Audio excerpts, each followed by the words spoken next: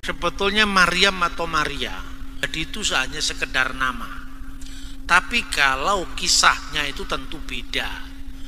Karena sumber kisah tentang Maryam yang bersaudara dengan Harun dan Musa itu asalnya dari abad keempat.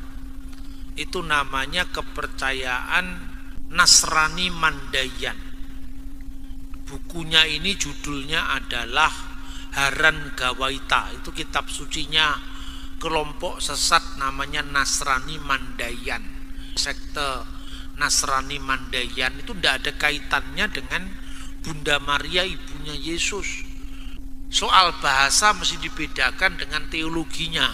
Isa itu tergantung siapa yang memuat. Yeshua HaMasyiah bahasa Ibrani menjadi bahasa Aramaik Iswa Mesiha, menjadi Isa Al-Masih bahasa Arab. Itu artinya sama saja secara bahasa. Tapi kisahnya tidak sama, ya tidak sama. Kalau yang satunya lahir di bawah pohon kurma beda dengan di Palungan, yaitu beda. Tapi namanya jangan dipersoalkan. Maria dan Maryam. Di salah satu, Maria itu mamanya Yesus. Maryam anaknya Nabi Isa. Kalau di dalam Yesus juga disebut Isa. Pertanyaannya, mana yang benar? Nabi Isa anaknya Maryam atau Nabi Isa mamanya Maryam? Siti Maryam sama Bunda Maryam berbeda. Sebetulnya Maryam atau Maria, kalau Bapak Ibu membaca Alkitab bahasa Indonesia itu Maria. Tapi kalau Anda membaca Alkitab bahasa Arab, Maryam juga. Kalau Anda membaca Alkitab bahasa Ibrani, Miriam. Membaca Alkitab bahasa Arab, Maryam. Kalau Anda membaca Alkitab terjemahan lama bahasa Indonesia juga Maryam. Jadi itu hanya sekedar nama. Tapi kalau kisahnya itu tentu beda. Karena sumber kisah tentang Maryam yang bersaudara dengan Harun dan Musa itu asalnya dari abad keempat. Itu namanya kepercayaan Nasrani Mandayan. Bukunya ini judulnya adalah Haran Gawaita. Itu kitab sucinya kelompok sesat namanya Nasrani Mandayan. Itu dari abad keempat.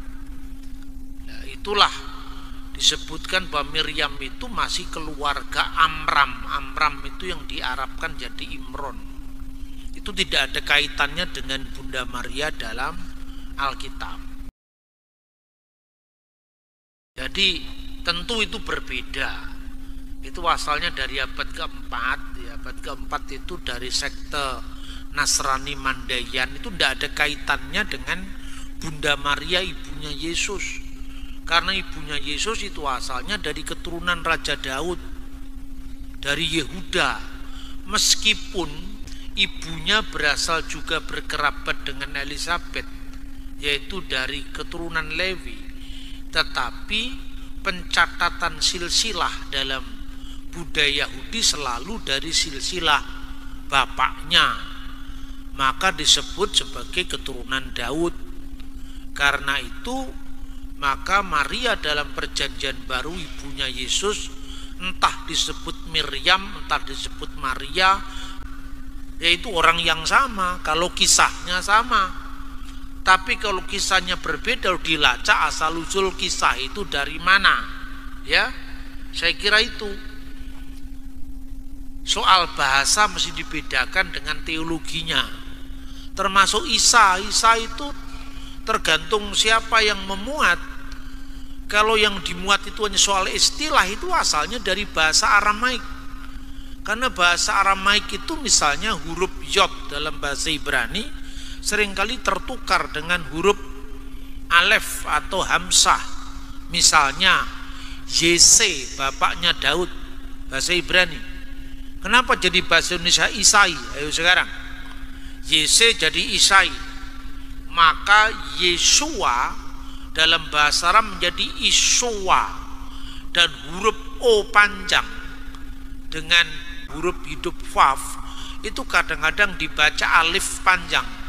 Maka Shalom menjadi salam, Shalom alaikum menjadi assalamu alaikum. Maka Yesua, Iswa menjadi Isa.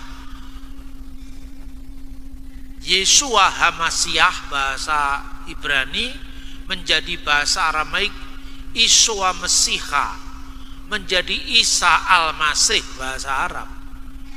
Itu artinya sama saja secara bahasa, tapi kisahnya tidak sama, ya tidak sama. Kalau yang satunya lahir di bawah pohon kurma beda dengan di palungan, yaitu beda, tapi namanya jangan dipersoalkan. Sebab apa? Anda membaca misalnya Alkitab bahasa Melayu tahun 1800-an. Itu Alkitab yang dibaca Thomas Matulesi Patimura di Saparua. Sebelum dia melawan Belanda itu kan terbuka Mazmur. Maka itulah yang membuat inspirasi Thomas Matulesi melawan Belanda. Coba Alkitab bahasa yang dibaca Patimura itu apa? Terjemahan Leidecker 1733. Judulnya Perjanjian Baru. Perjanjian Baru yaitu Injil dari Tuhan kita Isa Al-Masih.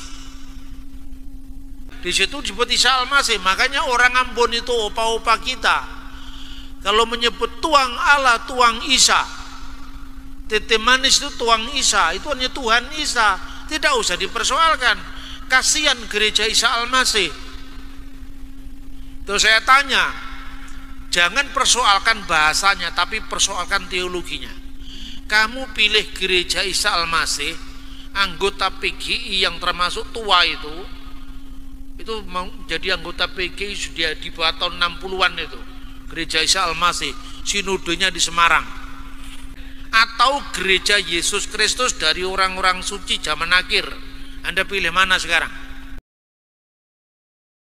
Ya pilih gereja Isa Al-Masih. Lah iya, makanya jangan dipersoalkan namanya, isinya yang dipersoalkan. Isa itu hanya sekedar nama, itu hasil fonetik koresponden. Gereja Isa Al-Masih itu anggota PGI, percaya pada Allah Tritunggal, percaya pada Yesus Kristus sebagai Tuhan dan Juru Selamat. Semuanya sama dengan kepercayaan gereja Toraja, gereja GBI, gereja GPIB sama, gereja Katolik sama. Tapi kalau gereja Yesus Kristus dari orang-orang suci zaman akhir itu gereja Mormon. Nabi terakhirnya Joseph Smith dari Amerika. Ayo pilih yang mana sekarang? Gereja Yesus Kristus dari orang-orang suci Mormon atau gereja Isa Al-Masih anggota PGI? Ya pilih gereja Isa Al-Masih, Pak. Ya sudah, tidak usah dipersoalkan. Itu hanya istilah.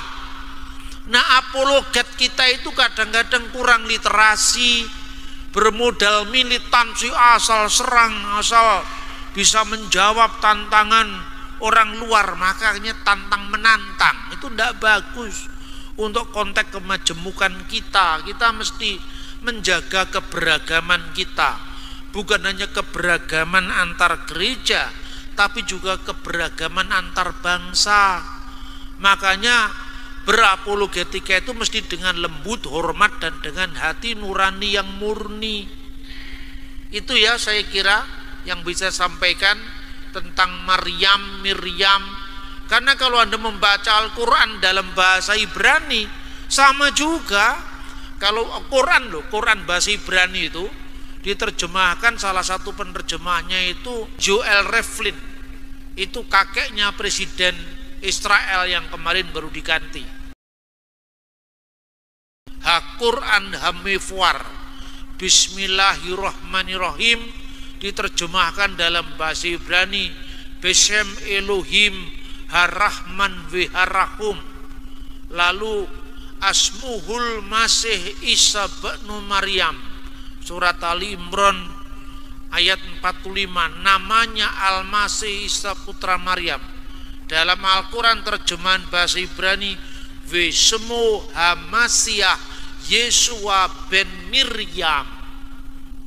Baca Quran terjemahan bahasa Inggris, His name is the Christ, Jesus the Son of Mary. Makanya baca Quran banyak bahasa, baca Alkitab banyak bahasa, supaya kita tidak terjebak dalam istilah-istilah yang dipertentangkan. Di Indonesia namanya Ibrahim pasti Islam, di Indonesia yang namanya Abraham pasti Kristen. Coba Anda pergi ke Mesir, beda semua. Ibrahim itu bisa Yahudi, bisa Islam, bisa Kristen. Ishak, Yakub, Ismail bisa Islam, bisa Yahudi, bisa Kristen. Tapi kalau Abdul Masih pasti Kristen, karena artinya hamba Kristus. Abdullah bisa Yahudi, bisa Islam, bisa Kristen. Tapi kalau namanya Muhammad, Ahmad, Mahmud, Ramadan pasti Islam gitu loh. Jadi bukan bahasanya identik dengan agama tertentu. Arti setiap kata itu mengandung makna.